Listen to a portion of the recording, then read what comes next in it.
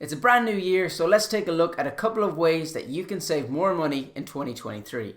I think one of everybody's financial goals at the start of a new year is how to save more money, how to invest, how to be smarter with my money, and hopefully this video can put some things into perspective for you that you can maybe adjust your lifestyle in order to get more money in the right places. So if that sounds like a good idea and you guys are looking forward to 2023 and all that you're going to achieve, make sure you do drop a like on this video and make sure you do subscribe if you're new around here as well. So the first one is to increase your earnings potential. This is hands down the best way that you're able to save more money. And of course it sounds extremely easy to say, but let's put a couple of actionable steps behind it. So is there some hobby that you're doing right now that you think you could potentially turn into a bit of a side hustle? For example, you may be a bit of an artist in your spare time. You might like drawing, things like that. You might like designing clothes. You may, for example, like me, like investing in stocks and the whole personal finance thing. You could make some kind of content around that and just begin your side hustle that way. So of course, nobody quit their day job to go straight into a side hustle, but on weekends, if you have some spare time, in the evenings, if you have some spare time, instead of watching Netflix every evening, you could start working on your side hustle on something that really interests you.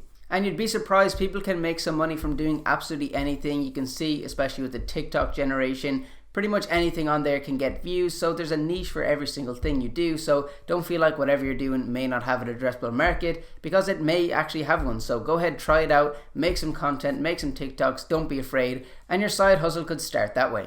As well as that, if you have some business idea that doesn't require a lot of capital to get started, maybe start working on that, putting out some feelers, maybe reaching out to some people who you think may have some money that might be able to invest in your idea. All of these are just ideas of how you can potentially start some form of side hustle and generate another stream of income. It's definitely a hard thing to do, and it may not be for everybody, but it's definitely something to consider if you feel like you do have a passion or an idea that could turn into something. The second one is more applicable to everybody, and this is to try get an increase in your salary for your normal day job. Again, sounds straightforward, but let's put some actionable steps behind it. So the first thing you can do is research on the likes of Glassdoor, for example. That's a website in Ireland that shows all the different salaries of different roles. You can research your current role, see what it's going for in other companies, and get a general idea of what other people are being paid for doing a similar role to you. Then when it comes time for your yearly review or your annual salary negotiations, you can come into that with the facts and figures behind it, saying, here's what my job is currently being paid in other companies based on the experience that I have as well. So I'd like to get somewhere near or close to that figure. Instead of just going in and asking for figures out of nowhere, have something behind you in order to back that up. And obviously it's going to be great if you can show what you've brought to the company in that time in order to justify that salary increase. And if this doesn't work out and you can't get more money from your company, maybe go back to that Glassdoor, see where that desired salary was, what company that is, and maybe apply for that company. You never know, you may end up getting that job, and generally switching companies is the best way to see big salary jumps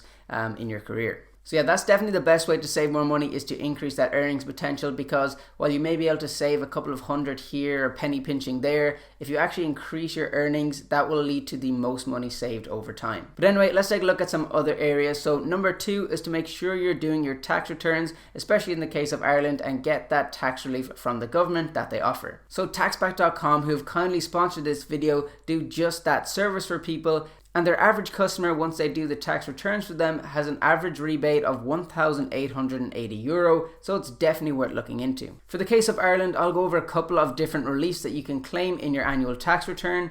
So the first one is they've brought out the renter's credit. This is €500 to anybody who is renting. For example, if you're with a partner, you don't have to be married or anything, but if you're with a partner, each of you can both claim this €500 renter's credit.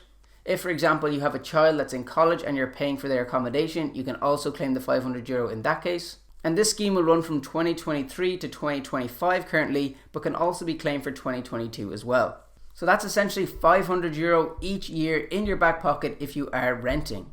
Next up is if you work from home at all, you can claim on your utility bills, for example your broadband and electricity, based on how many days you've worked from home. Sounds a little bit complicated, but that's why taxback.com is a great service and will help you through all of that. A really interesting one as well is flat rate expenses. So for example, if you're a retail worker, you can claim €121 as a flat rate expense. Also, teachers and nurses get these flat rate expenses as well. And then you also get relief on medical expenses, 20% you can claim on these. So medical expenses like doctor's visits, also prescriptions, dental visits, things like that. So it's definitely worthwhile to do your tax return and see what you could be entitled to. As I said, taxback.com do a great service of this, so I'll leave them linked down in the description below. If you don't have any refund, if you're not entitled to that, they won't charge any fee, so it's basically a win-win. So the next step here is to create something called a sinking fund. So this would be in the case of, for example, car insurance is a good one. So for car insurance, for example, you can decide to pay the full amount straight up, all in one payment, a once-off payment,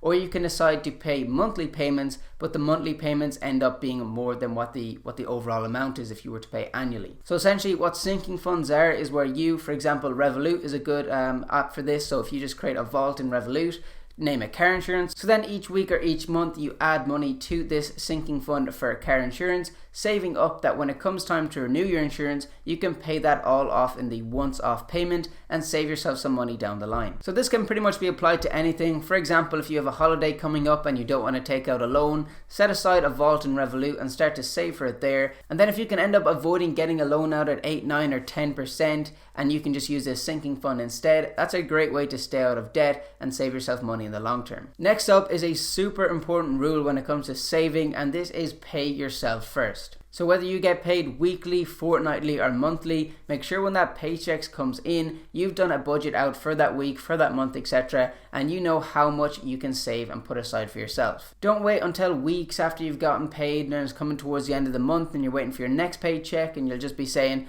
I'll just save on my next paycheck. Instead, what you need to do is put that money aside at the very beginning, and worst case scenario, if something comes up and you need to dip back into it, that's okay, but you're more likely to not do unnecessary spending if you've already set aside that money into your savings account. I like the credit union for a savings account because, for example, if you have a savings account with the bank that you use, you can often just transfer money to your current and savings account very, very quickly, so there's no real barrier to getting your money out. Whereas with the credit union, while you can still do it all online now, it's great. It depends on your credit union, but in most cases you can. It does take maybe a day for that money to come out, so you're less likely to do an impulse purchase. And my final tip for now is on the back of that impulse purchase, and it's apply the 24-hour rule for pretty much anything that you're buying. Of course, this doesn't include small things, but for example, if you see a pair of shoes that you like and they're €100 and you're thinking, should I buy them or not? Wait on it, do 24 hours, and generally when you come back to it, you'll know if you really want to make that purchase or not, or if it was just going to be an impulse buy. I try to apply this when I can, and while I sometimes do still end up buying that thing, I often find that generally I actually don't need that item, and I can either wait and save up for it over a couple of months,